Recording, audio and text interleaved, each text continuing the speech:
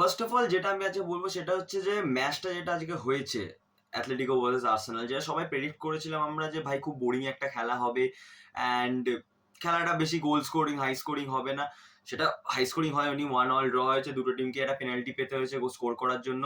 But honestly speaking যেরকমটা আমরা exactly ভেবেছিলাম না সেরকম কিন্তু হয়নি।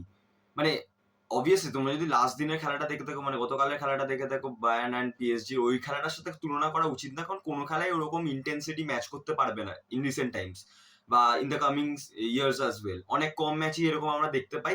তো ওটার সাথে কম্পেয়ার না করে তোমরা যদি জাস্ট এই ম্যাচটাকে এজ এ পার্টিকুলার একটা ম্যাচ হিসেবে ধরো যে খেলাটা কেমন হয়েছে, I would say it was not a bad match at all. দুটো টিমই কিন্তু ফ্লুইড ফুটবল খেলেছে, specially in the second half.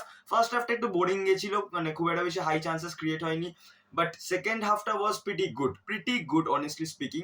Atletico maybe হয়তো নিজেদেরকে দোষ দেবে, কারণ ওরা হয়তো এই ম্যাচটা জিতে বেরোতে পারতো, অনেক কটা চান্সেস ওরা মিস করেছিল। On the other hand Arsenal away খেলতে এসেছিল, ওদের ট্যাকটিক্স ছিলই যে ওরা যাতে না হারে, অ্যান্ড ওরা এক্স্যাক্টলি ওটাই করেছে। ওরা যদি এক গোলের লিড নিয়েও এমিরেটসে ব্যাক করতে পারতো তাহলে they would have been very happy, but এই রেজাল্টটা ওদের কাছে খুব একটা বেশি বাজে না। এমিরেটসে ওরা নিশ্চয়ই ট্রাই করবে ম্যাচটাকে জেতার অ্যাট দেয়ার ওন হোম।